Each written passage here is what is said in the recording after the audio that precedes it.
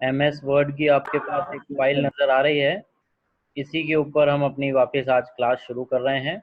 जैसे कल हमने एक क्वेश्चन किया था, we will be carrying out one more question and we will be writing some theory of the specific transactions। जो कुछ अलग तरह के ट्रांजेक्शन्स हैं उनके बारे में भी हम कुछ लिखेंगे, राइट।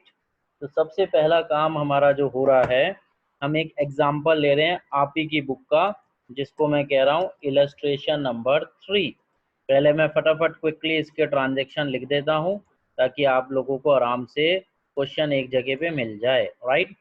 पहला ट्रांजेक्शन दे रखा है, started business with cash of rupees 1 lakh। बहुत छोटा क्वेश्चन है इसलिए मैं यहीं लिख रहा हूँ इसको।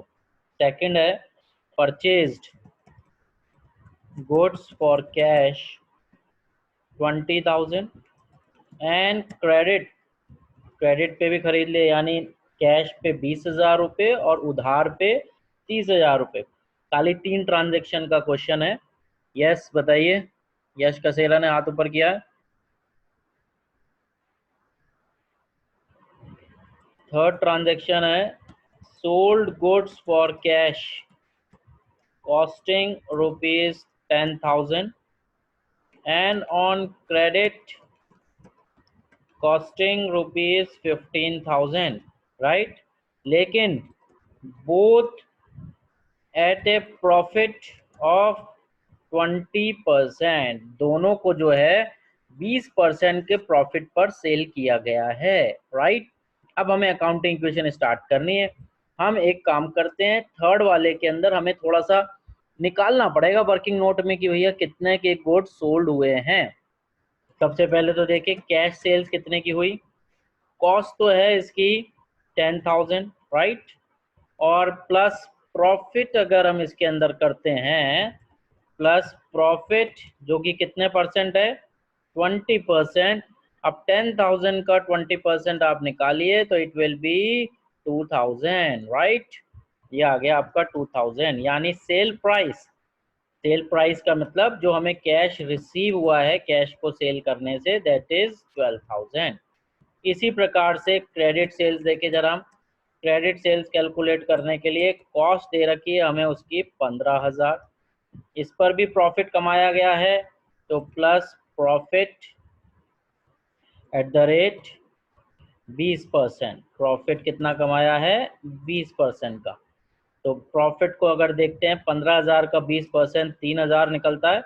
तो यानी कि क्रेडिट सेल से कौन आते हैं आप जानते हैं, डेटर्स निकल कर आ गए यहाँ पर। कितने, 18,000 रुपये आपको अब एक डेटर से लेने हैं। तो आई होप यहाँ तक का आपको ये वर्किंग तो समझ आई गई है। अब हम अपनी अकाउंटिंग इक्वेशन पे चलते हैं। फॉर्मेट वही कल वाला चलेगा, सीरियल नंबर, ट्रांजैक्शन, असेट, एक साइन इक्वल टू का छोड़ दीजिए जो हमेशा बना रहेगा, और राइट साइड पे लायबिलिटी। सीरियल नंबर को थोड़ा छोटा कर देते हैं, ट्रांजैक्शन को बड़ा रहने देते हैं, असेट, और ये आ गया आपका लायबिलिटी। थोड़ा और ट्रांजैक्शन को छोटा कर सकते हैं ताकि स्पेस आपकी उसी हिसाब से मैच रहे। पहला ट्रांजैक्शन अब मैं वापस नहीं लिख रहा हूँ, started business with cash rupees 1 lakh है, ये मैंने यहाँ पर इसको कॉपी पेस्ट एक बार दिखा दिया, ठीक है। अब इस ट्रांजैक्शन के अंदर सबसे पहला step, whether it is an accounting transaction, yes it is an accounting transaction क्योंकि 1 लाख रुपए आ रहे हैं। सेकेंड स्टेप, क्या क्या इफेक्ट, क्या क्या ट्रांजैक्शन इसके अंदर आ रहे हैं। तो पहला, कैश बिजनेस में आ रहा है, और दूसरा इंटरनल लायबिलिटी के रूप में टेंशन बढ़ रही है बिजनेस की, जिसको हम कहते हैं कैपिटल। तो इसका मतलब यहाँ पर 2 अकाउंट इन्वॉल्व है, एक तो कैश और एक कैपिटल। स्टेप नंबर 3, इनका नेचर क्या है, कैश इज एन असेट तो उसका अकाउंट हमने यहाँ खोल दिया cash, and capital is a liability, ये आ गया यहाँ पर cash is equals to capital. अगला काम होता है हमारा क्या, इफेक्ट ऑफ ट्रांजैक्शन, राइट। तो इफेक्ट ऑफ ट्रांजैक्शन में आप जानते हैं कैश के अंदर प्लस का 1 लाख और कैपिटल में भी प्लस का 1 लाख। तो इसका मतलब न्यू इक्वेशन जो आपकी इस बार की बन गई है अभी, that is 1 lakh is equals to 1 lakh, 1 lakh is equals to 1 lakh. I hope पहला ट्रांजैक्शन तो बिल्कुल कल वाला है, कोई दिक्कत नहीं होगी। आगे बढ़े, thumbs up yes sir. Policy हमेशा रहेगी। Second transaction, purchase goods for cash 20,000 and credit 30,000। अब इसमें देखिए एक साथ दो चीजें शामिल है, कैश में भी गुड्स खरीद रहे हैं हम और क्रेडिट में भी गुड्स खरीद रहे हैं। तो सबसे पहले तो आप देखिए क्या क्या चीजें इसमें शामिल हो गई। आप कैश में खरीद रहे हैं, इसका मतलब कैश तो अकाउंट है ही है, इसमें अफेक्ट होने वाला। सेकंड, गुड्स खरीद रहे हैं तो गुड्स तो आएंगे ही आएंगे, और goods means stock. Accounting equation में हम गुड्स का क्या नाम ले लेते हैं, stock. And stock is always valued at cost. थोड़ा सा आप आगे जाके पढ़ेंगे, कॉस्ट और market price which ever is lower होता है। अभी की नॉलेज के लिए मैं इतना ही बता रहा हूँ कि stock is always valued at cost. तो कैश आ गया, स्टॉक आ गया। तीसरी चीज, आप चूंकि उधार खरीद रहे हैं, it means whenever you are purchasing the goods on credit you have to pay someone, और आप जिसको पे करेंगे वो व्यक्ति क्या कहलाएगा आपके लिए, क्रेडिटर। तो इसका मतलब एक लाइबिलिटी भी आ गई। अब हमारी अकाउंटिंग इक्वेशन चेंज हो गई, cash plus stock is equal to capital तो पहले से चल ही जा रहा था, अब यहाँ पर एक लाइबिलिटी के नाम में क्रेडिटर्स आ गए। अगला काम हमारा होता है इफेक्ट ऑफ ट्रांजैक्शन। तो कैश के ऊपर क्या इफेक्ट आ रहा है, 20,000 रुपीज हम लोग दे रहे हैं गुड्स खरीदने के लिए, तो 20,000। और स्टॉक बढ़ रहा है, 20,000 तो जो आपने कैश से खरीदा उससे भी स्टॉक बढ़ गया, 30,000 जो आपने उधार में खरीदा उससे भी स्टॉक बढ़ गया, यानी कि स्टॉक टोटल बढ़ा 50,000 से। राइट। कैपिटल के ऊपर कोई इफेक्ट नहीं है, क्योंकि कैपिटल तो खाली उन्हीं 7 चीजों से हिलेगी जो मैंने कल नोट्स में लिखवा दिए गए हैं, additional capital, drawing, profit, income, loss etcetera, interest on capital, interest on drawings. अब क्रेडिटर्स जरूर पिक्चर में पैदा हो गए, क्योंकि अब हमें इस लाइबिलिटी को पेमेंट करना है। तो अब नई अकाउंटिंग इक्वेशन आप चेक कर सकते हैं।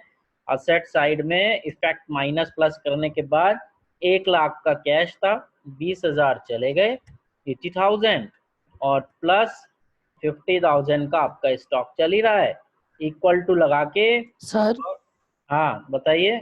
सर ये 50,000 वाला जो आपने बताया सर, ये समझ में नहीं आया। बता देता हूँ एक बार वापस। राइट साइड पे कैपिटल पड़ी है 1 लाख की, और प्लस क्रेडिटर पड़े 30,000 के। देखिए स्टॉक 50,000 कैसे हुआ, हम दो तरीके से स्टॉक खरीद रहे हैं। एक तो खरीद रहे हैं हम कैश में, यानी 20,000 रुपये हमने तुरंत दिए और 20,000 के गुड्स खरीद लिए। एक खरीद रहे हैं हम 30,000 रुपये के, पैसे नहीं दिए लेकिन गुड्स तो खरीद लिए, तो हमारे पास टोटल गुड्स 50,000 रुपीज के आ रहे हैं। Therefore the stock will be increasing by 50,000। एक इफेक्ट तो ये हुआ कि 20,000 से कैश कम कर दिया, और उधार वाले गुड्स खरीदने का इफेक्ट ये हुआ कि हमारे पास लाइबिलिटी के रूप में क्रेडिटर्स आ गए हैं पिक्चर में। Therefore we have added the creditors also on the right hand side. Accounting equation का ट्रांजैक्शन नंबर 3, ऊपर से एक बार कॉपी पेस्ट कर लेता हूं ताकि आपको यहीं दिख जाएगा ट्रांजैक्शन क्या है। ट्रांजैक्शन देखिए क्या है, sold goods for cash costing rupees 10,000 and on credit costing rupees 15,000, both at a profit of 20,000। अब पहले मैं आपको ऊपर चल के दिखा देता हूं। आपने प्रॉफिट कैलकुलेट किया हुआ था पहले से ही, 2,000 रुपए का तो कैश वाले गुड्स पे, येलो कर दिया मैंने उसको, और 3,000 रुपए का क्रेडिट वाले गुड्स पे, यानी 5,000 रुपए का तो आपने प्रॉफिट इसमें कमाया। और आप जानते हैं कि profit is always added to the capital because it is increasing the capital. Clear. तो यहाँ पर अब क्या क्या चीजें शामिल हो रही है आप देखिए। सबसे पहले कैश में गुड्स बेच रहे हैं तो कैश तो है ही, और गुड्स है ही, दोनों का अकाउंट खुला हुआ है। दूसरा काम, क्रेडिट में गुड्स बेच रहे हैं तो एक तो गुड्स हिल रहे हैं, इसका खुला हुआ है अकाउंट, लेकिन एक कॉन्फिडेंस हमें मिल रहा है डेटर के रूप में कि we will be getting 18,000 from debtors in some future date. इसका मतलब आपको यहाँ पर केवल एक नया अकाउंट खोलना है। कैश का खुला हुआ है, नहीं खोल रहा है, स्टॉक का खुला हुआ है, नहीं खोल रहे, लेकिन डेटर्स का खुल गया। इक्वल टू राइट साइड में कोई नया अकाउंट नहीं आ रहा है, कैपिटल प्लस क्रेडिटर्स की वही स्थिति चल रही है, राइट। अब सबसे पहले हम अपना देखेंगे effect of transaction. Left side पे मैं लिख देता हूँ इफेक्ट, हालांकि मैं वहां पर बिल्कुल नीचे नहीं लिख पा रहा हूँ क्योंकि मेरे को यहाँ पर जगह नहीं मिल पा रही है। तो इफेक्ट ऑफ ट्रांजैक्शन में देखिए, कैश, गुड्स बेचने से कैश हमारे पास आ रहा है, यानी इंक्रीज हो रहा है। एंड इंक्रीज का मतलब we will be doing plus. कितना इंक्रीज हो रहा है ये आप ऊपर वाले पेज में भी कैलकुलेट कर चुके हैं। 10,000 प्लस 2,000 का प्रॉफिट, यानी प्लस 12,000 रुपए तो आपके पास कैश इंक्रीज हो गया, राइट। स्टॉक कितना कम हो गया? Tanvi Pava, can you tell me how much the stock has been reduced?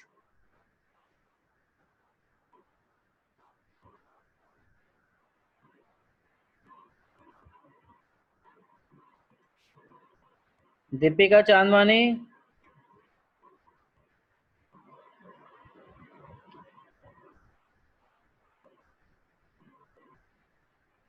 Yash Chaudhary, sir 25,000 sir 25,000। एकदम ठीक है। 25,000 से स्टॉक कम हो गया, क्योंकि स्टॉक को हम हमेशा कॉस्ट के अंदर लेंगे। तो 10,000 रुपए तो कैश के बेचने से कम हुआ, 15,000 रुपए उधार के बेचने से कम हुआ, यानी ये स्टॉक माइनस के लिए हम ब्रैकेट लिखेंगे, 25,000 रुपए का स्टॉक कम हो गया, राइट। डेटर्स, यस, डेटर्स बढ़ गए आपके। और कितने रुपए से बढ़ गए? क्योंकि अब आपको 18,000 रुपए लेने हैं, तो डेटर्स आपके इंक्रीज हो गए 18,000 से। इस ट्रांजैक्शन में हम पहले ही कैलकुलेट कर चुके हैं, येलो वाला कर रखा है आपको। 5,000 का प्रॉफिट है, और 5,000 का profit is ultimately added to the capital account plus 5,000, right. Creditor में कोई इफेक्ट नहीं है, क्योंकि क्रेडिटर तो पिक्चर में तभी आते हैं जब हम उनसे गुड्स खरीदते हैं। अगर पेड लिखा होता क्रेडिटर्स को तो वो माइनस हो जाते, पर यहाँ पर क्रेडिटर्स के बारे में नो इंफॉर्मेशन इज देयर। तो finally we are getting our new equation, जिसको हम नाम भी दे सकते हैं हमारी न्यू इक्वेशन, जो हमारा आंसर है। इसी से बैलेंस शीट बन जाएगी। कैश को देखिए कितना हो गया, 80,000 रुपए और प्लस 12,000 रुपए और हो गया उसमें, यानी 92,000 प्लस स्टॉक देखिए 50,000 पड़ा था, 50,000 ब्रैकेट में आपने नीचे लिखा है 25,000, यानी स्टॉक रह गया 25,000। डेटर्स आ गए आपके पास 18,000 से। अब राइट साइड पे देखिए कि क्या टोटल यही आ रहा है। कैपिटल 1 लाख प्लस 5,000 का प्रॉफिट इसमें आपने ऐड कर दिया, 1,05,000 और प्लस क्रेडिटर 30,000, यानी दोनों तरफ का टोटल 1,35,000 रुपए। क्या लेफ्ट साइड का भी टोटल 1,35,000 आ रहा है? आप चेक कर सकते हैं। अगर वो सही है तो it means you are following the double entry system, and finally it is correct. तो देयरफॉर ये हमारी अकाउंटिंग इक्वेशन हो रही है। I hope it is. Now we will write the notes of some specific transaction. Some specific transactions, treatment in accounting equation. Some specific transactions, इनका treatment ले रहा हूं मैं अकाउंटिंग इक्वेशन के अंदर, राइट। सबसे पहला ट्रांजैक्शन हम लिख रहे हैं। सबसे पहला ट्रांजैक्शन जो मैं लिखना चाह रहा हूं, पहले मैं थोड़ी सी टेबल बना लेता हूं। सीरियल नंबर ट्रांजैक्शन का, डिटेल ऑफ ट्रांजैक्शन, और इसका इफेक्ट ऑफ ट्रांजैक्शन, कि क्या ऐड होगा क्या लेस होगा, इसका मीनिंग क्या है। तो सबसे पहले ये हमने कर दिया सीरियल नंबर, और ये आ गया ट्रांजैक्शन का नाम, और आगे आ गया इफेक्ट या डिटेल, यानी सीरियल नंबर, ट्रांजैक्शन क्या है, और इसका डिटेल कहिए या मीनिंग कहिए या आप कहिए इफेक्ट क्या है, राइट। तो सबसे पहला ट्रांजैक्शन मैं आपके लिए ले रहा हूं सिंपल डेप्रिसिएशन। सबसे पहले डेप्रिसिएशन का मीनिंग लिख लेते हैं। There is a separate chapter also. It is the fall in value of an asset. Generally ये फिक्स्ड असेट होगा, ऑफ एन असेट जो कि fixed asset which can be used for a longer period of time, like buildings, machines, furniture etcetera, जिसको हम छू सकते हैं, touch कर सकते हैं। ये उसकी वैल्यू कम होना है due to many reasons. Like क्या क्या रीजन होंगे? ऑब्सोलेसेंस। ऑब्सोलेसेंस का मतलब आउटडेटेड टेक्नोलॉजी। आपको एक पोल भी साथ में चल रहा होगा सर्वे करने के लिए, उस पोल के आंसर देते जाइएगा। आपको दिख रहा होगा स्क्रीन के ऊपर polling. Due to many reasons like obsolescence. Obsolescence का मतलब आउटडेटेड टेक्नोलॉजी। आप देख रहे हैं हमारे मोबाइल बार बार चेंज होते जा रहे हैं। पहले बहुत बड़े आते थे, फिर छोटे आए, अब स्मार्टफोन्स आ गए। पहले 2G था, 3G था, 4G था, अब तो 5G आने की तैयारी है। In fact India is directly adopting 6G technology. यानी जैसे जैसे टेक्नोलॉजी पुरानी होती जाती है, असेट की वैल्यू गिरती जाती है। दूसरा, एक्सीडेंट। आपने शोरूम से गाड़ी निकाली, बाहर निकलते ही स्क्रैच आ गया। ऑब्वियसली अगर आपने 10 लाख रुपए की गाड़ी खरीदी थी तो आप उसको बाहर सेल करेंगे तो 10 लाख में नहीं जाएगी, क्योंकि वो सेकेंड हैंड हो चुकी है, उस पर स्क्रैच आ गया है, एक्सीडेंट हो गया है, यानी उसकी वैल्यू कुछ कम होना तय है। With the passage of time कुछ भी नहीं हुआ, टाइम बीतने से ही चीज की वैल्यू कम हो जाती है। राइट? सेकेंड हैंड एटसेट्रा, यानी किसी भी रीजन से अगर असेट की वैल्यू कम हो रही है, that is called as depreciation. ऐसे ट्रांजैक्शन को हम अकाउंटिंग इक्वेशन में क्या करें? It is an expense but non cash expense. ये खर्चा तो है, लेकिन आपका कैश बाहर नहीं जा रहा इस खर्चे से, केवल असेट की वैल्यू कम हो रही है। तो लॉजिकली सोचे, ऐसे ट्रांजैक्शन के दो इफेक्ट कहां पर आएंगे? पहला effect it will reduce the fixed asset. Fixed asset को कम करेगा ये, जो कि किस तरफ पड़ा हुआ है? असेट साइड में। और दूसरा, चूंकि एक्सपेंस तो है ही, और सारे एक्सपेंसेस किसको कम करते हैं अल्टीमेटली? कैपिटल को। तो दूसरी चीज में हम लिख रहे हैं it will reduce the capital also being an expense. तो ये आपका डेप्रिसिएशन का मैंने बेसिक लिखवा दिया है कि अकाउंटिंग इक्वेशन में इसका इफेक्ट क्या आने वाला है। I hope it is pretty clear. तो सेकंड तरह का एक और देखेंगे हम, बैड डेब्ट्स। डेफिनेशन वाले चैप्टर में पढ़ के आ चुके हैं। इट इज द डेब्ट which is irrecoverable. It is the debt which is irrecoverable after all possible efforts. Right? ये वो है जो irrecoverable है efforts पूरे करने के बाद।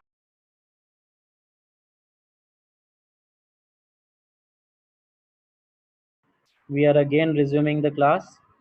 It is the debt which is irrecoverable after all the possible efforts.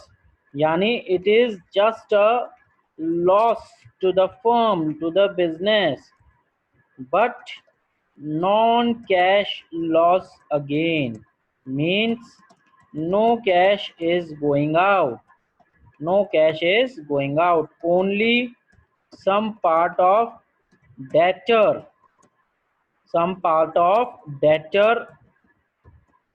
not recoverable to be written off. तो इसका इफेक्ट क्या होगा आप समझ गए हैं। सबसे पहला इफेक्ट तो ये होगा कि डेटर्स में से कम कर दें, रिड्यूस फ्रॉम द डेटर्स। और डेटर्स कहाँ पड़े हैं? In asset side. और second, being an expense, reduce it from the capital also, क्योंकि एक्सपेंस है तो अल्टीमेटली कैपिटल को तो कम करेगा ही। कैश वैश पे कोई इफेक्ट नहीं आ रहा है क्योंकि कैश तो ऑलरेडी चेंज नहीं हो रहा है ड्यू टू दिस एक्सपेंस और लॉस। तो बैड डेप्ट करने के बाद थर्ड तरह का स्पेशल एक्सपेंस, थर्ड क्या होगा आप खुद सोचिए, मैं अब जो बोलूंगा लॉजिकली थिंक अबाउट इटसेल्फ। बड़ा इंपॉर्टेंट पॉइंट में लिखवा रहा हूं, इंटरेस्ट ऑन कैपिटल। देखिए कितना मजेदार पॉइंट होगा ये। सबसे पहले तो इसका मीनिंग देखें कि इंटरेस्ट ऑन कैपिटल क्या है। Capital is the amount invested by the proprietor in the business. Capital is the amount invested by the proprietor in the business. अब अगर ये प्रोप्राइटर बिजनेस में इन्वेस्ट नहीं करता, राइट, हमें पहले यहां लिख लेते हैं due to separate entity concept, it is like a liability for the business and thus have credit balance. ये सब पहले मैं लिखवा चुका हूं चैप्टर नंबर 2 में, दोबारा एक बार रिपीट कर दिया है। अब यहां पर लिखते हैं अगर प्रोप्राइटर बिजनेस में इन्वेस्ट नहीं करता, एक तरह से बिजनेस को नहीं देता, if owner had not invested in the business but had given loan to someone और डिपॉजिट इन द बैंक, अगर उस अमाउंट को बैंक में जमा कर लेता, he must have earned some interest on that, जो कि एक ओनर के लिए एक्स्ट्रा इनकम होती। अब चूंकि उसने ये पैसा बिजनेस को दे दिया और business is a separate entity, therefore now since he had given this amount to business which is a separate entity, so there may be an arrangement, इस तरह से सोच सकते हैं that business will also pay interest on this capital to owner। देखिए concept समझ में आया, क्योंकि बिजनेस और बिजनेसमैन दोनों अलग अलग चीजें हैं। अगर बिजनेसमैन बिजनेस में इन्वेस्ट नहीं करता और उस पैसे को कहीं और लगाता तो ऑब्वियसली उसके ऊपर वो इंटरेस्ट कमाता, तो क्यों नहीं बिजनेस भी इसको इंटरेस्ट दे।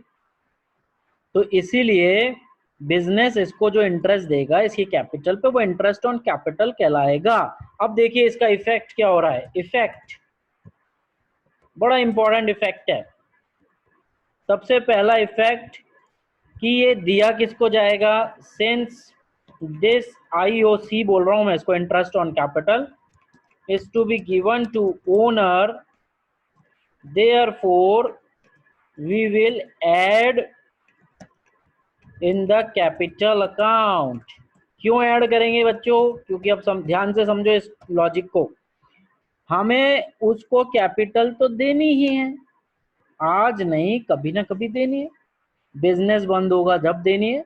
सपोज कैपिटल का अमाउंट इज 1 लाख रुपीज, तो हम क्या डिसाइड कर रहे हैं कि this 1 lakh rupees is to be given to owner, और अब हम कह रहे हैं इसके ऊपर इंटरेस्ट भी देना है, सपोज 10%, जो कि 10,000 हो गया 1 लाख का।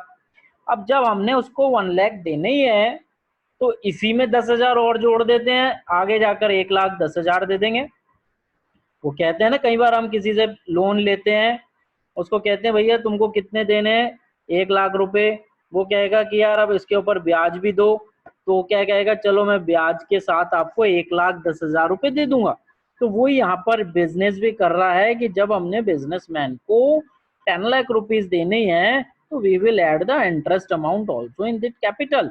देयरफॉर पहला इफेक्ट तो क्या हुआ कि इस इंटरेस्ट ऑन कैपिटल को हम कैपिटल में जोड़ देंगे, since this capital is to be returned to the owner at some point of time। कभी ना कभी तो हम इसको रिटर्न करेंगे ही, इसलिए जब भी रिटर्न करेंगे इंटरेस्ट के साथ कर देंगे। दूसरा इफेक्ट देखिए कितना अच्छा है दूसरा इफेक्ट, सिंस, अब साथ ही साथ, since this IOC is also an expense for the business, ये बिजनेस के लिए एक एक्सपेंस भी तो बन गया। अगर बिजनेस अपने ओनर से लोन नहीं लेता, किसी और से लेता, तो भी तो उसको इंटरेस्ट देना पड़ता, तब भी एक्सपेंस होता। यानी ये बिजनेस के लिए एक्सपेंस भी हो गया, और सारे एक्सपेंसेस किसमें से लेस होते हैं, and all expenses are to be deducted from the capital. देखिए एक बार कैपिटल में ऐड हो रहा है, एंड दस दिस ऑल्सो, एक बार कैपिटल में ऐड हो रहा है ड्यू टू पॉइंट नंबर 1, और दूसरी बार उसी कैपिटल में से लेस हो रहा है due two point number 2। Capital में ऐड इसलिए हो रहा है क्योंकि हमें प्रोप्राइटर को देने हैं और कैपिटल भी उसको देनी है, that's why we are adding it. And नमस्कार मैम, एंड बस मैं करता हूं बाद में, क्लास चल रही मेरी। And then we have to also reduce it from the capital because it is also an expense for the business, right? तो इसके दो इफेक्ट आपके सामने आ गए हैं इंटरेस्ट ऑन कैपिटल के। First, we will adding on to the capital, and second, we will be deducting from the capital only. I hope it is pretty clear. तो 3 important points मैंने लिखा दिए हैं, ऐसे ही 4-5 पॉइंट्स और हम कल लिखेंगे ताकि you will be able to solve all type of questions. आप अभी तक जो आज पढ़ाया है इसकी रिकॉर्डिंग भी भेजूंगा, कल वाले की रिकॉर्डिंग भी भेजूंगा, और इसको जो है वापस से रिकॉर्डिंग देख लीजिएगा। And we will be starting with some questions tomorrow, और कल से लेकर 2-3 दिन तक हम लोग अकाउंटिंग इक्वेशन के क्वेश्चंस ही करने वाले हैं। 3 दिन में we will be able to complete this chapter, right? तो अगर आप लोगों को सब उचित लगा है तो मैं आज की क्लास ओवर करना चाह रहा हूँ।